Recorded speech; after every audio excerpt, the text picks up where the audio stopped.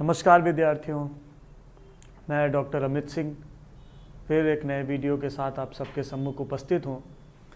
और पिछले लेक्चर में हम लोग बीए थर्ड ईयर के फर्स्ट पेपर में हड़प्पा सभ्यता के बारे में बात कर रहे थे। और हड़प्पा सभ्यता के संदर्भ में हम लोगों ने एक सामान्य जानकारी ले ली थी कि इस सभ्यता का जो अस्तित्व है वो कैसे आया, इसको किन किन नामों से जाना जाता है, साथ ही साथ एवं इसके उद्भव एवं विकास की थोड़ी बहुत कहानी से हम लोग परिचित हो गए थे पिछले लेक्चर में। और आज हम लोग पुनः एक बार इसको फिर से रिवाइज करेंगे। बहुत सारे विद्यार्थियों ने कहा कि सर ये एक बहुत महत्वपूर्ण टॉपिक है और इसकी शुरुआती कहानी को एक बार आप फिर से रिवाइज कर दें, बता दें। और ये मैं भी महसूस करता हूँ कि हड़प्पा सभ्यता, चाहे वो आपके बीए का पाठ्यक्रम हो, चाहे वो सिविल सर्विसेज हो, चाहे वो जीएस का पार्ट हो, सभी जगह पर इस हड़प्पा सभ्यता के टॉपिक को बहुत ही महत्वपूर्ण टॉपिक के तौर पर देखा जाता है। और बहुत सारे एग्ज़ाम्स में इससे संबंधित प्रश्न पूछे जाते हैं। तो आज इस हड़प्पा सभ्यता के जो टॉपिक है उसको मैं तथ्यात्मक ढंग से प्रस्तुत करने का प्रयास करूंगा और इसके पीछे की कुछ कहानी को भी बताने का प्रयास करूंगा, ताकि आपके मन मस्तिष्क पे एक बेहतर प्रभाव पड़े और आप बेहतर ढंग से इसको समझ सके और ये जानने की कोशिश करें कि इसके पीछे की कहानी क्या थी, कैसे हड़प्पा जैसी एक विशाल सभ्यता का उद्भव विकास हुआ, कैसे सभ्यता अस्तित्व में आई, कैसे इसके बारे में विश्व को जानकारी हुई, इससे जुड़ी हुई कौन कौन से मिथक और कौन कौन से बातें हैं जो कि वर्तमान में हो रही है, कौन कौन से नए विषय, कौन कौन से नए पद्धतियों से इसके बारे में लोग जानकारी एकत्रित करने का प्रयास कर रहे हैं। वो सारी बातें अब हम इन लेक्चर्स के माध्यम से समझने का प्रयास करेंगे, जो आज मैं ले रहा हूँ और जो भविष्य में हड़प्पा से जुड़ा हुआ होगा। तो हमारा जो प्रयास होगा, हम लोग ज़्यादातर तथ्यात्मक और विश्लेषणात्मक दोनों पद्धति का प्रयोग यहाँ पर करेंगे। आपको तथ्य भी मिलेंगे और साथ साथ उसका विश्लेषण भी किया जाएगा। तो आज उसी कड़ी में हड़प्पा सभ्यता के विकास की और उसके अस्तित्व में आने की कहानी को हम पुनः एक बार समझने का प्रयास करेंगे। और जैसा कि मैंने बताया था कि हड़प्पा एक ऐसी सभ्यता रही है जो कि भारतीय उपमहाद्वीप में, विशेषकर भारत में, पाकिस्तान में और अफ़गानिस्तान के क्षेत्रों में पाई जाती है और एक लंबे भूभाग में सभ्यता हमें दिखाई पड़ती है। और 1921 में दयाराम साहनी ने हड़प्पा नामक पुरास्थल की खोज की थी, जो कि पाकिस्तान में है, पाकिस्तान के पंजाब डिस्ट्रिक्ट में है, मोंटगामरी ज़िले में है, रावी नदी के किनारे है। और वहीं सिंध प्रांत में मोहनजोदाड़ो नामक नगर है, जिसकी खोज 1922 में रैखालदास बनर्जी ने की थी। और इन दोनों नगरों की खोज के पश्चात हड़प्पा जैसी एक विशाल सभ्यता की जानकारी विश्व को हुई थी। सर जॉन मार्शल उस दौरान एएसआई के डायरेक्टर जनरल हुआ करते थे और उन्होंने 1924 में एक रिपोर्ट प्रस्तुत की और उसके बाद विश्व में हड़प्पा सभ्यता स्थापित हो गई। स्टुअर्ट पिगट एक बहुत प्रमुख इतिहासकार थे। हड़प्पा और मोहनजोदाड़ो दोनों नगरों की खोज के पश्चात उन्होंने इस विशाल सभ्यता की संयुक्त राजधानी के तौर पर हड़प्पा और मोहनजोदड़ो का नाम लिया था। तो आइए हम देखते हैं कि इसके पीछे की कहानी क्या है, कैसे प्रारंभ होता है हड़प्पा की खोज का। तो सबसे पहले हम और पीछे जाएं तो 1824 के दौरान की 1826 की बात है। 1826 ईस्वी में चार्ल्स मैसन नामक एक उच्च अधिकारी थे ब्रिटिश काल के, और वह उनकी उत्सुकता थी इतिहास के प्रति। वो विभिन्न स्थानों पर भ्रमण करना उन्हें पसंद था और उसी भ्रमण के दौरान वो हड़प्पा नगर पहुँचे। उस समय वो नगर की श्रेणी में नहीं आया था, या हम ये कह सकते हैं कि हड़प्पा वो नगर जो कि आज नगर है, वहाँ पर वो 1826 में गए। और उसकी यात्रा के दौरान उन्हें इस बात का अनुभव हुआ कि यहाँ पर कुछ विशेष है। उन्होंने उस स्थान को पोरस और सिकंदर के युद्ध स्थल के तौर पर समझने का प्रयास किया। और जब वो उस यात्रा में गए तो बहुत सारे लोगों ने उन्हें उस स्थल को दिखाया और बताया कि ये पोरस और सिकंदर के युद्ध से जुड़ा हुआ स्थल है। बेसिकली उनकी उत्सुकता सिकंदर और पोरस के युद्ध को लेकर के ज़्यादा थी और ये जानने की नहीं थी कि हड़प्पा या उसके नीचे दबे हुए कोई सभ्यता प्राप्त हो सकती है, क्योंकि उस समय वो पुरातत्वविद नहीं थे, पुरातत्व की विशेष जानकारी नहीं थी उन्हें, सिर्फ रुचि के आधार पर वो उस इलाके में भ्रमण करने गए थे। उसके बाद अलेक्जेंडर कनिंघम, जिन्हें हम फादर ऑफ इंडियन आर्कोलॉजी भी कहते हैं, भारतीय पुरातत्व का जनक इन्हें कहा जाता है। 1800 कल मैंने बात की थी, 1861 में भारतीय पुरातत्व सर्वेक्षण विभाग का गठन हुआ था। ये पहले उसके अध्यक्ष थे, जिसे हम डायरेक्टर जनरल कहते हैं। तो ये भी, और भारत में पुरातत्व का जब भी नाम लिया जाता है या सर्वेक्षण या उत्खननों का जो प्रारंभिक दौर है, उसमें अलेक्जेंडर कनिंघम का नाम जरूर आता है। लगभग संपूर्ण भारत में उन्होंने सर्वेक्षण कार्य किए थे, और उसी सर्वेक्षण कार्यों के दौरान वह 2 बार हड़प्पा के क्षेत्र में गए थे, हड़प्पा नगर की यात्रा की थी। और वहाँ पर उन्होंने पहली बार जब 1850 में वो गए थे, तो उन्हें कोई विशेष वस्तु नहीं मिली जिसके आधार पर वो उस हड़प्पा का महत्व समझ सके। लेकिन उसके बाद 1872 में वह पुनः दोबारा हड़प्पा नगर की तरफ गए, हड़प्पा पहुँचे, और वहाँ पहुँचने के बाद उन्हें कुछ पुरावस्तुएं मिली, जिससे कि धीरे धीरे उनकी रुचि इस क्षेत्र, इस स्थल के प्रति बढ़ती चली गई। और वो वस्तुएं क्या थी, वहाँ से उन्हें पाषाण औजार मिले, साथ ही साथ वहाँ से उन्हें कुछ मृदुभांड मिले, अति प्राचीन मृदुभांड मतलब मिट्टी के बर्तन मिले। साथ ही साथ वहाँ से उन्हें एक सांड की बिना कुबड़ वाली सील प्राप्त हुई, सील मोहर प्राप्त हुई। और क्योंकि उसमें कुबड़ नहीं था, तो इसकी वजह से वो मिसगाइड हो गए और उन्होंने उसको उस क्षेत्र का नहीं माना। उन्होंने माना कि ये विदेशी सील है जो कि यहाँ पर किसी के माध्यम से आ गई होगी। और उसका एक कारण था कि सांड की पीठ पे कुबड़ नहीं था, और मुख्यतः उस क्षेत्र में जो सांड पाए जाते थे, उन सांडों की पीठ में कुबड़ हुआ करता था, जिसकी वजह से उन्हें महसूस हुआ कि ये यहाँ के सांड तो नहीं है, और इनकी जो आकृति इसमें बनी हुई है वो कहीं बाहर की हो सकती है। इसीलिए उन्होंने उस तथ्य को अनदेखा कर दिया और उस हड़प्पा नगर के महत्व को समझ नहीं पाए। उसके बाद विलियम बर्टन, उसी के आसपास 1856 के दौरान विलियम बर्टन थे। उन्होंने भी एक रेलवे लाइन बिछाई जा रही थी कराची और लाहौर के आसपास के इलाकों में, और वहाँ से भी जब वो लाइन बिछाने का सर्वेक्षण का कार्य कर रहे थे, तो भी उनको इस नगर की थोड़ी सी जानकारी प्राप्त होती है। लेकिन क्योंकि वो पुरातत्व के व्यक्ति नहीं थे, तो वो इसके महत्व को समझ नहीं पाते हैं। उसके बाद 20वीं शताब्दी का जो प्रारंभिक दौर है, 20वीं शताब्दी के प्रारंभिक दौर में हड़प्पा और मोहनजोदाड़ो जैसे ये जो 2 प्रमुख स्थल थे, इनकी सर्वेक्षण का कार्य प्रारंभ किया जाता है। सर्वेक्षण के कार्य को जो प्रारंभ किया जाता है, जैसा कि हम पुरातत्व में करते हैं, जो भी विद्यार्थी पुरातत्व के हैं वो जानते होंगे कि सर्वेक्षण एक बहुत महत्वपूर्ण प्रक्रिया है। सर्वेक्षण ऐसी प्रक्रिया है जिसके माध्यम से हम किसी भी पुरास्थल को खोजने का कार्य करते हैं और उस पुरास्थल की निगरानी करते हैं, देखरेख करते हैं कि वहाँ से क्या किसी संस्कृति या सभ्यता के चिन्ह मिल रहे हैं, संकेत मिल रहे हैं। और जब हम इस बात की पुष्टि कर लेते हैं, तब हम उन स्थानों पर जा कर के उत्खनन करते हैं। उत्खनन का अर्थ है कि हम खुदाई करते हैं, जमीन के नीचे दबी हुई संस्कृति या सभ्यताओं को निकालने का कार्य करते हैं। तो पुरातत्व एक अलग विषय है, उसके संदर्भ में हम लोग कभी विशेष रूप से बात करेंगे। तो क्या हुआ कि जब सर्वेक्षण का कार्य इस क्षेत्र में प्रारंभ हुआ, तो सर्वेक्षण के दौरान बहुत सारे जो उच्च अधिकारी इससे जुड़े हुए थे, जिन अधिकारियों के माध्यम से सर्वेक्षण हो रहा था, वो इन दोनों नगरों से मिलने वाली जो पुरावस्तुएं हैं उनसे संतुष्ट नहीं थे। उनका कहना यह था कि यहाँ पर कोई विशेष चीज़ हमें प्राप्त नहीं होगी। और इसी से संबंधित पंडित हीरालाल शास्त्री ने एक अपने प्रतिवेदन में कहा था कि हड़प्पा के उत्खनन से कोई फ़ायदा नहीं होने वाला, कोई भी विशेष जानकारी हमें उसके उत्खनन से प्राप्त नहीं होगी। और D.R. भंडारकर का भी ये मानना था कि मोहनजोदाड़ो के बारे में अगर हम उत्खनन करें या उस पर विचार कर रहे हैं, तो हमें ज़्यादा से ज़्यादा 250 सालों तक की जानकारी ही मिलेगी। 250 वर्षों तक का ही इतिहास हमें मोहनजोदाड़ो से प्राप्त हो सकता है, उससे ज़्यादा यहाँ कुछ नहीं मिलने वाला। तो हीरालाल शास्त्री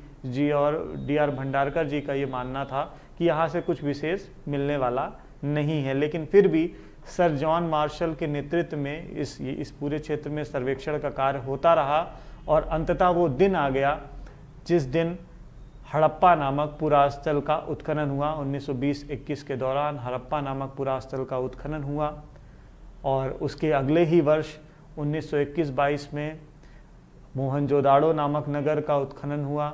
ये दोनों नगर खोज करके निकाल लिए गए और 1924 में सर जॉन मार्शल ने अपनी एक रिपोर्ट में ASI के द्वारा प्रतिवेदित एक रिपोर्ट में इन दोनों नगरों के संदर्भ में जानकारी दी, बड़े ही रोचक ढंग से इसको प्रस्तुत किया और विश्व के सम्मुख हड़प्पा सभ्यता के अस्तित्व की शुरुआत कर दी। और यहीं से ये माना जाने लगा कि विश्व की विभिन्न सभ्यताओं में हड़प्पा भी एक बहुत प्रमुख सभ्यता है और यह मिस्र और मेसोपोटामिया जैसी सभ्यताओं के समकालीन है। मार्शल ने इस सभ्यता को 2500 ईसा पूर्व के आसपास रखा और उन्होंने कहा कि विश्व की विभिन्न प्राचीन सभ्यताओं के समकक्ष सिंधु या हड़प्पा सभ्यता है। और उसके बाद से लगातार हड़प्पा सभ्यता, जिसे हम सिंधु, कल हम लोगों ने नामकरण के संदर्भ में भी बात की, जिसे हम सिंधु सैंधव या प्रथम नगरीकरण सभ्यता भी कहते हैं, उसकी खोज का सिलसिला लगातार आगे बढ़ता गया और आज वर्तमान में इस सभ्यता से संबंधित बहुत सारे पुरास्थल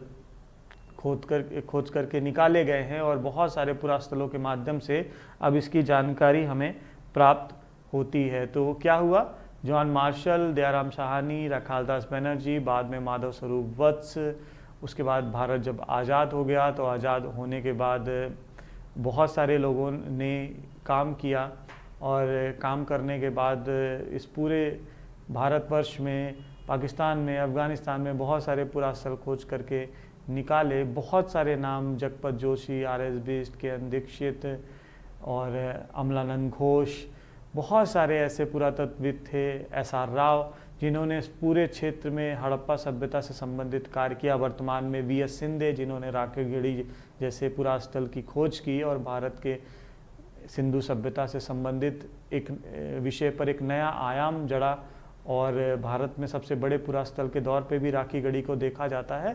तो बहुत सारे पुरातत्वविदों ने इस क्षेत्र में काम किया और सिंधु सभ्यता को स्थापित करने में महत्वपूर्ण भूमिका निभाई। तो ये तो रही सिंधु सभ्यता की स्थापना की कहानी कि कैसे सिंधु सभ्यता अस्तित्व में आई और अस्तित्व में आने के बाद लगातार ये सभ्यता आज भी सभ्यता से संबंधित पुरास्थलों की खोजों का जो दौर है वो लगातार चलता चला आ रहा है और बहुत सारे पुरास्थल अभी भी खोजे जा रहे हैं, लगातार इस पे काम हो रहा है। अब प्रश्न एक और आता है, वो ये, क्योंकि सिंधु सभ्यता है और अक्सर जब हम सभ्यता के बारे में बात कर रहे थे तो हमने कहा था कि संस्कृति का जो विस्तृत रूप है या संस्कृति का जो परिष्कृत रूप है, संस्कृति जब इवोल्यूशन में आ जाती है, विकसित हो जाती है, वो जाकर के सभ्यता बन जाती है, या हम कहें कि संस्कृति की प्रौढ़ावस्था सभ्यता है, स्पेंगलर और टॉयनबी जैसे इतिहासकारों की भाषा में।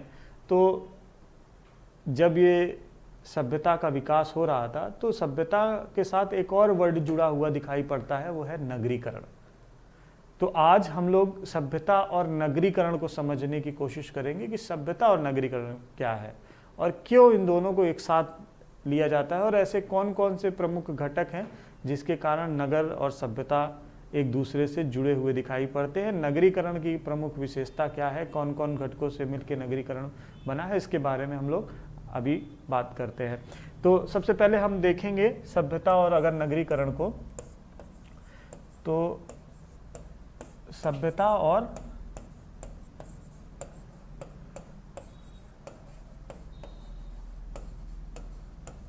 नगरीकरण, तो सबसे पहले हम देखेंगे कि नगरीकरण क्या है, जिसको कि हम इंग्लिश में अर्बनाइजेशन कहते हैं। तो ये क्या है, ये है नगरों के उद्भव की कहानी या नगरों का उद्भव। नगरों के उद्भव को हम क्या कहते हैं, हम नगरीकरण कहते हैं। और वहीं सभ्यता से क्या अभिप्राय है, सभ्यता से क्या अभिप्राय है, सभ्यता से तात्पर्य सभ्यता का जो अर्थ है वो बेसिकली थोड़ा सा व्यापक है और ये विशिष्ट सांस्कृतिक अवस्था का द्योतक है। विशिष्ट सांस्कृतिक अवस्था मतलब जब संस्कृति अपने चरम पर पहुंचने वाली होती है तो वो सभ्यता के तौर पर बदल जाती है। और सामान्य अर्थों में हम सभ्यता ऐसे चरण को कहते हैं जहां पर लिपियों और नगरों का विकास हो जाता है। लिपियों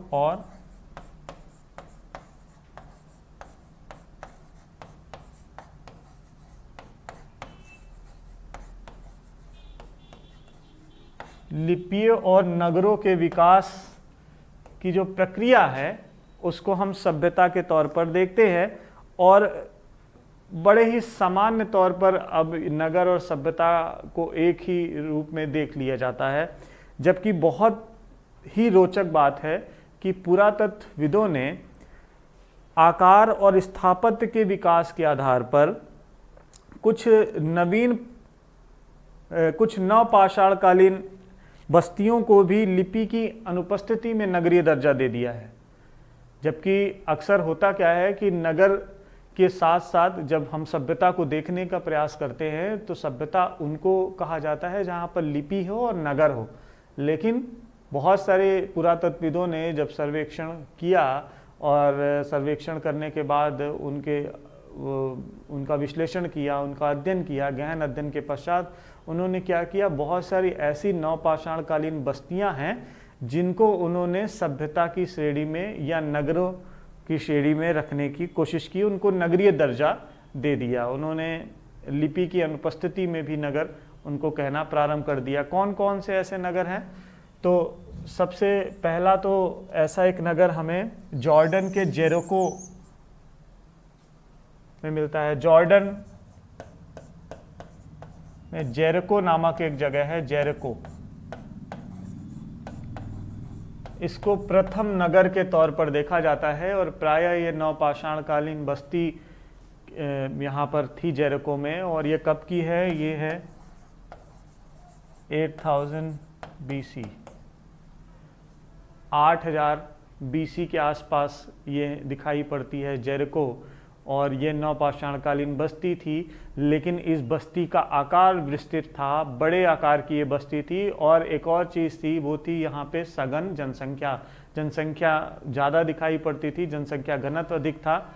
इसकी वजह से पुरातत्वविदों ने जेरिको को प्रथम नगर माना और लिपि की अनुपस्थिति में भी इसको नगरों की श्रेणी में रखा। इसके अलावा एक और पुरास्थल है, वो है टर्की में। टर्की आप लोग जानते होंगे एशिया माइनर में स्थित है। यहाँ से एक जगह मिली है साताल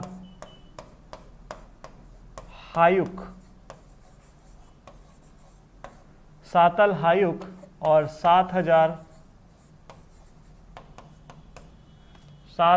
BC इसकी डेट मानी गई है। और यहाँ से भी लिपि प्राप्त नहीं होती और इन दोनों ही पुरास्थलों से लिपि प्राप्त नहीं होती। और ये दोनों ही पुरास्थल नवपाषाणकालीन हैं और इन दोनों नवपाषाणकालीन पुरास्थलों को लिपि की अनुपस्थिति में भी नगरों का दर्जा पुरातत्वविदों ने दिया है। उसके बाद और भी ऐसी कुछ सभ्यताएं और भी कुछ ऐसे नगर हमें मिलते हैं जहां पर वो जो सभ्यता का पैमाना है वो पूरी तरीके से फिट नहीं बैठता, लेकिन उसके बावजूद उनको नगर कहा गया है और नगरीय सभ्यता के तौर पर उनको प्रदर्शित भी किया गया है। उनमें से एक उदाहरण है मेसो अमेरिका की। मेसो अमेरिका इसलिए हम लिख रहे हैं क्योंकि ये मैक्सिको और अमेरिका की साझा एक सभ्यता है और वो सभ्यता है माया सभ्यता। Meso America, it means Mexico और अमेरिका की एक साझा सभ्यता है जिसको हम माया सभ्यता के नाम से जानते हैं। वहीं पर ग्रीस या यूनान की भी एक सभ्यता है मायसीनी।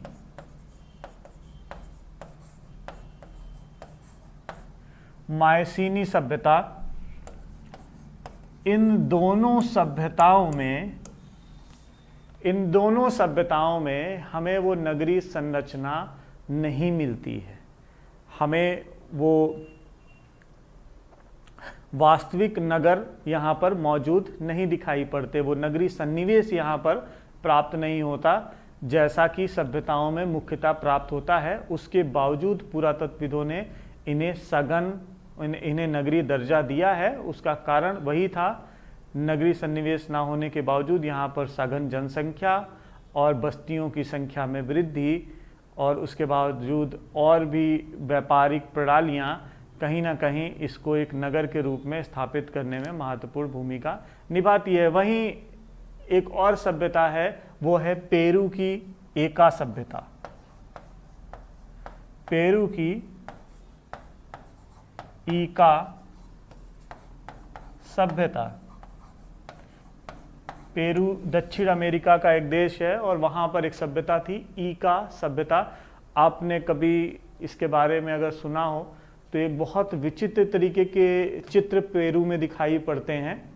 आप अगर हेलीकॉप्टर से या हवाई जहाज़ से जब आप नीचे उतर रहे होते हैं पेरू में, तो आप वहाँ पे देखेंगे कुछ स्थानों पर एक बहुत बड़े पक्षी का अंकन दिखाई पड़ता है ज़मीन में ही। बहुत बड़ा पक्षी, इतना बड़ा पक्षी का अंकन कैसे वहाँ पर हुआ होगा, इसके संदर्भ में बहुत सारे अध्ययन वर्तमान में चलते आ रहे हैं। पुरातत्वविद लगे हुए हैं, उस क्षेत्र में कार्य कर रहे हैं और ये माना जाता है कि ईका सभ्यता के लोगों ने उस चित्र का निर्माण किया था धरती पर। एक बहुत विचित्र चित्रों के तौर पर उन्हें देखा जाता है और विस्मयकारी, आश्चर्यचकित करने वाले ये चित्र दिखाई पड़ते हैं। तो ये एका सभ्यता, जहाँ पर लेखन प्रणाली मौजूद नहीं थी, उसके बावजूद इसको सभ्यता की श्रेणी में रखा गया। तो हमने देखा कैसे विश्व के विभिन्न इलाकों में जहाँ पर सभ्यताओं में वो पूरी तरीके से लक्षण नहीं मिलते जिसको कि नगर कहा जाए या सभ्यता की श्रेणी में रखा जाए, उसके बावजूद उन्हें सभ्यता कहा गया। और कहने के पीछे ये वजह थी कि इसके पास कुछ ना कुछ ऐसे लक्षण थे जो कि उसे सभ्यता की श्रेणी में रख रहे थे।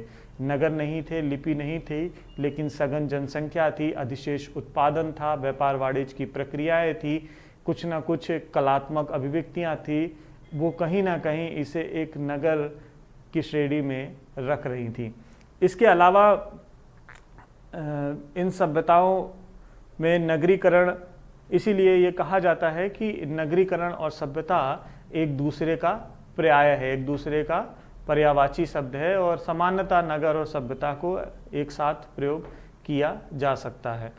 इसके बाद एक और चीज़ है, वो ये कि इस नगर और सभ्यता के संदर्भ में या नगरीकरण के संदर्भ में किसने सबसे पहले प्रयास किया उसको परिभाषित करने का। तो जो सबसे पहले व्यक्ति नगरों को परिभाषित करने वाले मिलते हैं वो है Gordon Childe, V Gordon Childe, जिन्होंने 1950 के दशक में इन नगरों को परिभाषित करने का कार्य किया था। और गार्डन चाइल्ड ने नगरों को परिभाषित करने में सामाजिक विकास के क्रम की एक नई आर्थिक व्यवस्था को बताया था और उसी के माध्यम से नगरों को परिभाषित करने का कार्य किया था, सामाजिक प्रक्रिया की आर्थिक व्यवस्था को।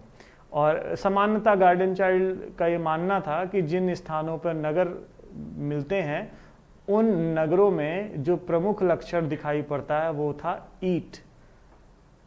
ईंट मतलब पके हुए ईंट, जिनका प्रयोग भवन के निर्माण में किया जाता है। जिन स्थानों से पके ईंटों के साक्ष्य मिलते हैं उन स्थानों पर नगर रहे होंगे और नगर रहे होंगे तो वो एक सभ्यता जरूर रही होगी। तो उसको आर्थिक पहलू से सबसे पहले समझाने का जो प्रयास था वो वी गार्डन चाइल्ड ने किया था। उन्होंने और भी चीज़ें बताने की प्रयास की थी। उन्होंने बेसिकली क्रांति के माध्यम से मानव सामाजिक प्रक्रिया और मानव जीवन के चरण को दर्शाने का प्रयास किया था और उन्होंने 3 प्रमुख क्रांतियाँ बताई थी। कौन कौन सी क्रांतियाँ बताई थी मानव जीवन के संपूर्ण काल में? उन्होंने पहली क्रांति बताई नवपाषाण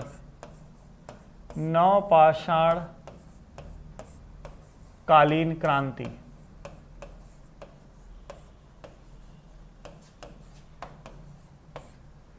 दूसरा उन्होंने बताया नगरीय क्रांति।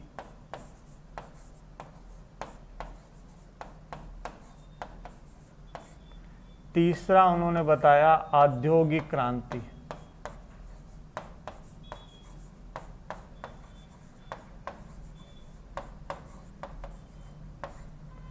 3 क्रांति के चरण उन्होंने बताए और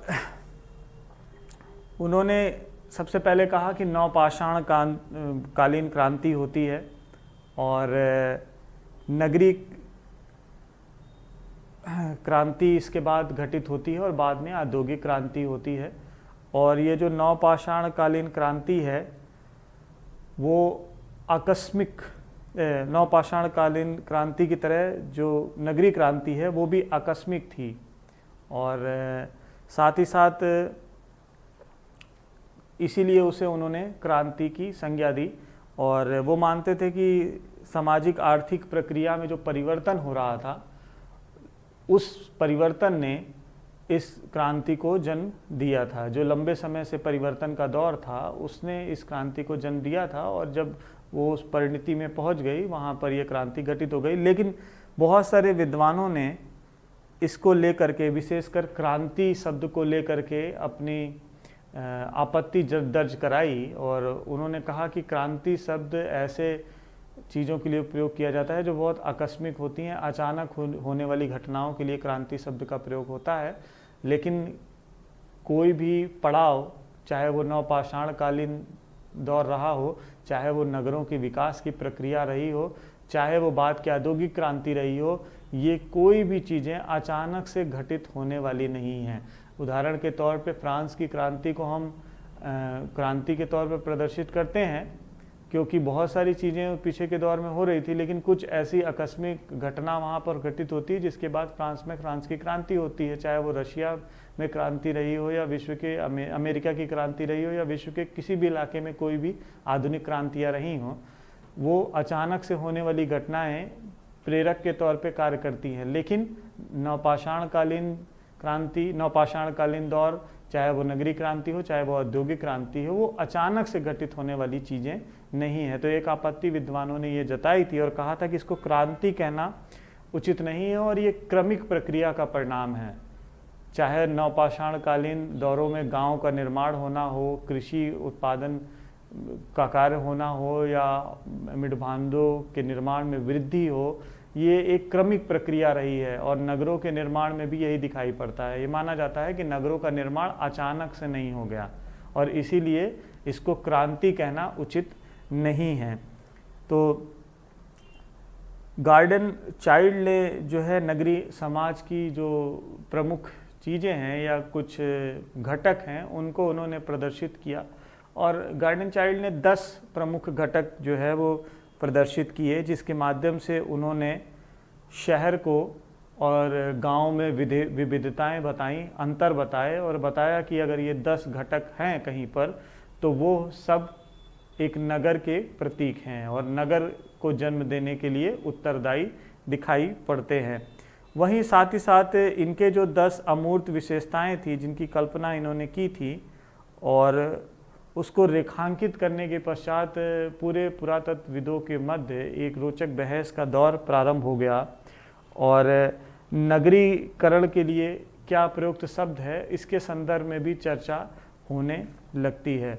तो उन्होंने क्या प्रमुख बताया, क्या प्रमुख चीज़ें बताई गार्डन चाइल्ड ने, उसके बारे में हम लोग देख लें। उन्होंने 10 प्रमुख तत्वों को बताया कि ये 10 अगर विशिष्ट तत्व है तो वहाँ पर नगर और सभ्यता होगी। कौन कौन से हैं? 10 विशिष्ट तत्व कौन कौन से हैं? पहला, गार्डन चाइल्ड के अनुसार पहला जो तत्व है वो है नगर,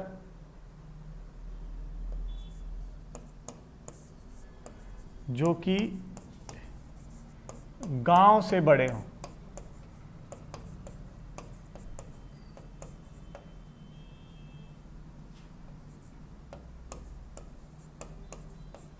और सघन जनसंख्या वाले हों।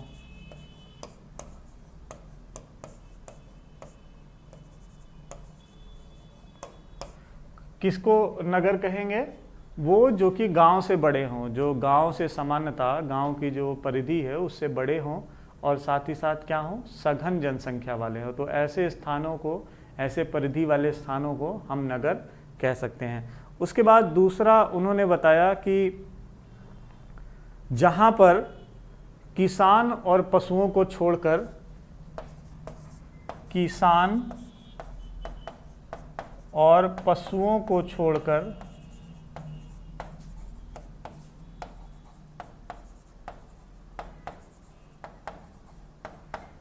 प्रमुख रूप से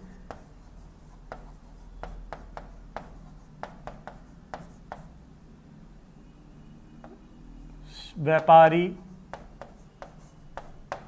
शिल्पी, पुरोहित,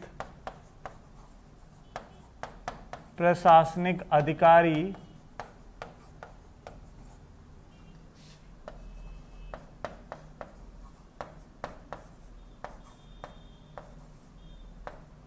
लिपि विशेषज्ञ,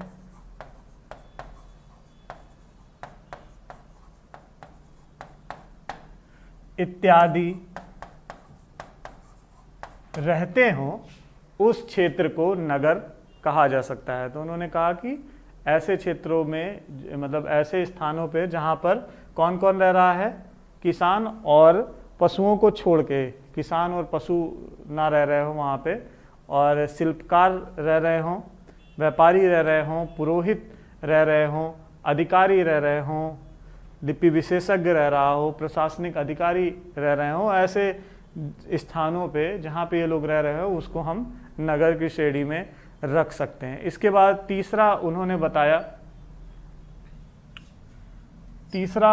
बताया कि जहाँ पर किसानों के द्वारा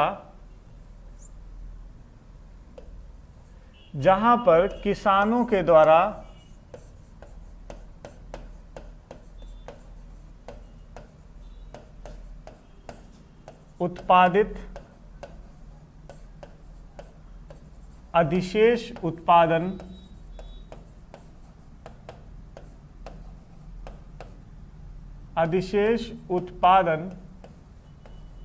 का संग्रहण होता हो, ऐसे स्थान को हम नगर कह सकते हैं। कैसे स्थान को? जहां किसानों के द्वारा उत्पादित अधिशेष उत्पादन क्या है? जब कृषि का कार्य होता है, नगरों की उत्पत्ति में अधिशेष उत्पादन का बहुत बड़ा महत्व है। जब किसानों के द्वारा ग्रामीण क्षेत्रों में कृषि का कार्य किया जा रहा था, तो कृषि के कार्य में जो अधिक उत्पादन होता है, जो उनकी आवश्यकता से अधिक उत्पादन होता है, जिसका प्रयोग वो स्वयं नहीं करते और उसको वो आदान प्रदान वस्तु विनिमय माध्यम से करने लगते हैं। बाद में धीरे धीरे जब बाट माप और अन्य व्यवस्था हो जाती हैं, तो विनिमय प्रणालियाँ पूरी तरीके से डेवलप हो जाती हैं, और वो जो अधिशेष उत्पादन है उसको वो कर के माध्यम से या भेंट के स्वरूप प्रशासन को जब वो देने लगता है और उनका संग्रहण होने लगता है, तो उस जगह को भी हम नगर के तौर पर देख सकते हैं। इसके बाद एक और अगला उन्होंने बताया, भव्य स्मारक। जिन क्षेत्रों में भव्य स्मारक प्राप्त होंगी,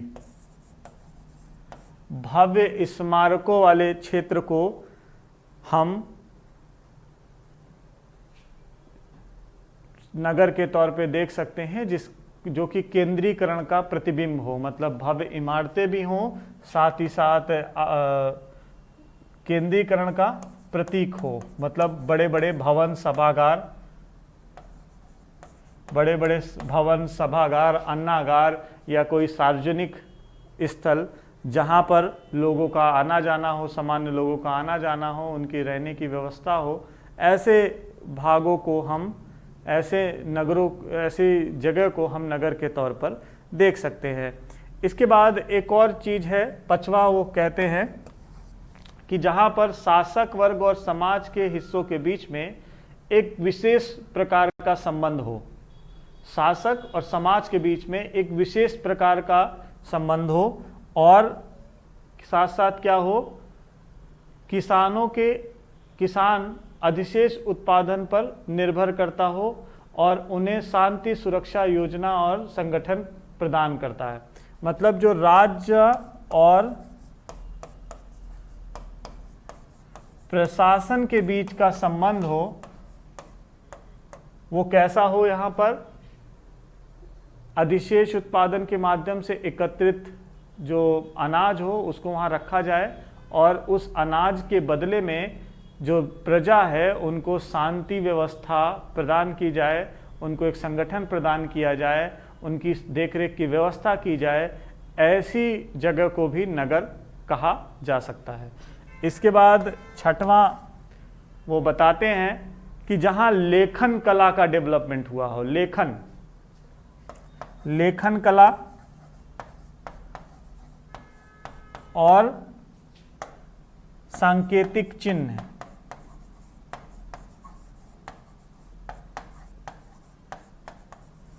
लेखन कला और सांकेतिक चिन्ह हो, और इन चिन्हों का जो प्रयोग है और इस लेखन कला का प्रयोग है वो सरकारी कार्यों की देखरेख में किया जाए, उनकी व्यवस्था को बनाने में किया जाए, सरकारी आवश्यकताओं के लिए जिसका प्रयोग किया जाए उसको भी हम नगर की श्रेणी में रख सकते हैं।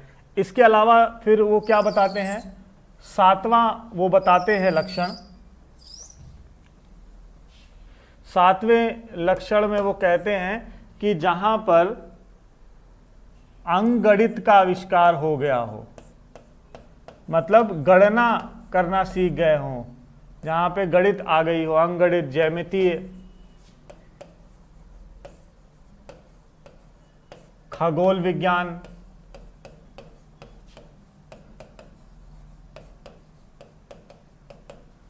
कैलेंडर का आविष्कार हो गया हो, मतलब गणितीय गणनाएं करना जहाँ के लोगों को आ गया हो, और खगोल विज्ञान, ज्यामिति, अंकगणित और कैलेंडर का निर्माण उनके द्वारा कर दिया गया हो, उनका आविष्कार हो गया हो, ऐसे क्षेत्रों को भी हम नगर या सभ्यता की श्रेणी में रख सकते हैं। इसके बाद आठवां वो बताते हैं जहाँ पर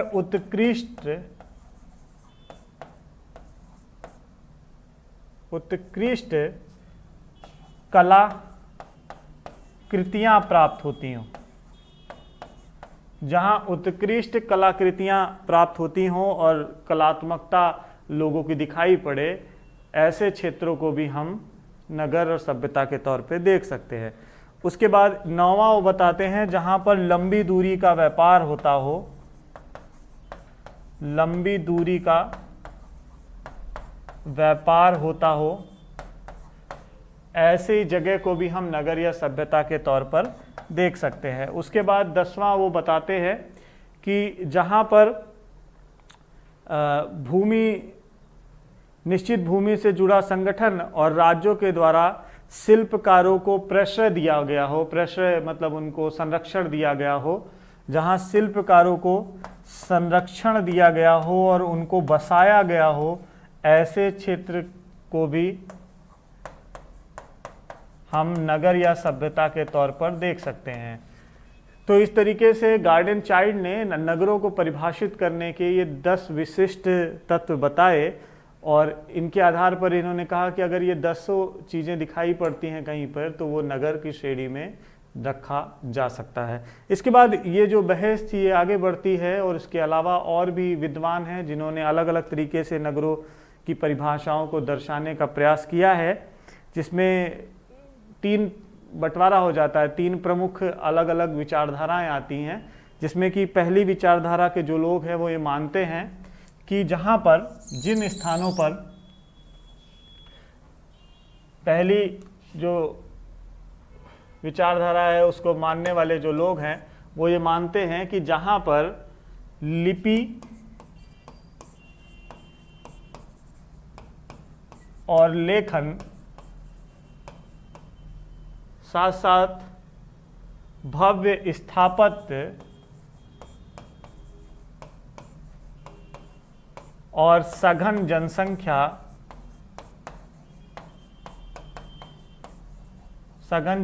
होती है, उसको नगर की श्रेणी में रखा जा सकता है। उसके बाद दूसरा जो विचारधारा है, दूसरे इसको मानने वाले लोग हैं, वो कहते हैं कि जहाँ पर बस्ती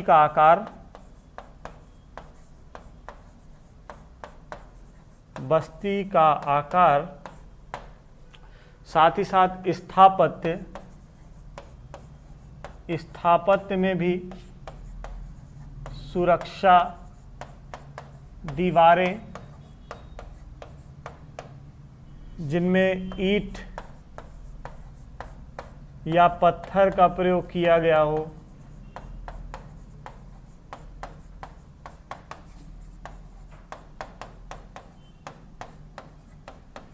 ईंट या पत्थर का प्रयोग किया गया हो, साथ ही साथ माप तौल की व्यवस्थाएं,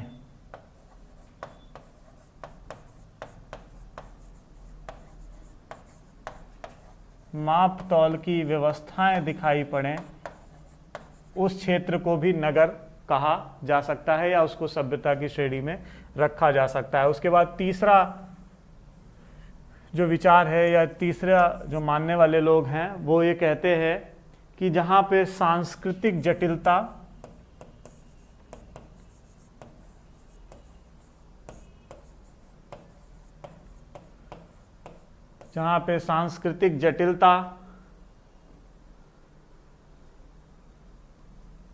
प्रभावशाली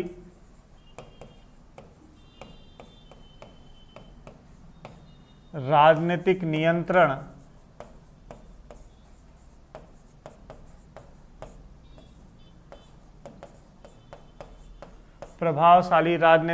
नियंत्रण और समरसता इत्यादि दिखाई पड़ती है,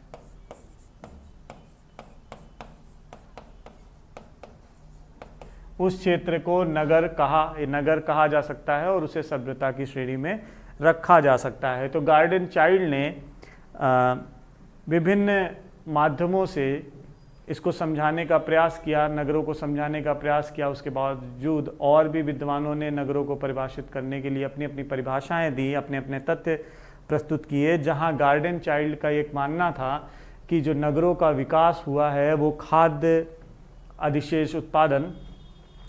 में अधिशेष उत्पादन, ताम्रकांश तकनीक, यातायात के चक्के, बड़े जहाज और हल के उत्तरदायिता के कारण हुआ है, उनके विकास की प्रक्रिया के कारण हुआ है। वहीं मैक एडम्स नामक एक विद्वान हैं, उनका ये मानना है कि ये जो नगर है वो सामाजिक कारकों से अस्तित्व में आए हैं, सामाजिक कारक उत्तरदायी हैं नगरों के अस्तित्व में आने के। वहीं बीडियन स्कोबर्ग का ये मानना है कि राजनीतिक कारण इसके पीछे उत्तरदायी है, राजनीतिक कारणों की वजह से नगर अस्तित्व में आए हैं। और ये जो नगर की कहानी है और इसके संदर्भ में अगर हम समग्र रूप से समझने की कोशिश करें तो नगर की जो कहानी है वो बढ़ती हुई सांस्कृतिक जटिलता का प्रदर्शन करती है, फैलते हुए खाद्य संसाधन का प्रदर्शन करती है, तकनीकी विकास, बढ़ती हुई शिल्प की विशिष्टताओं, सामाजिक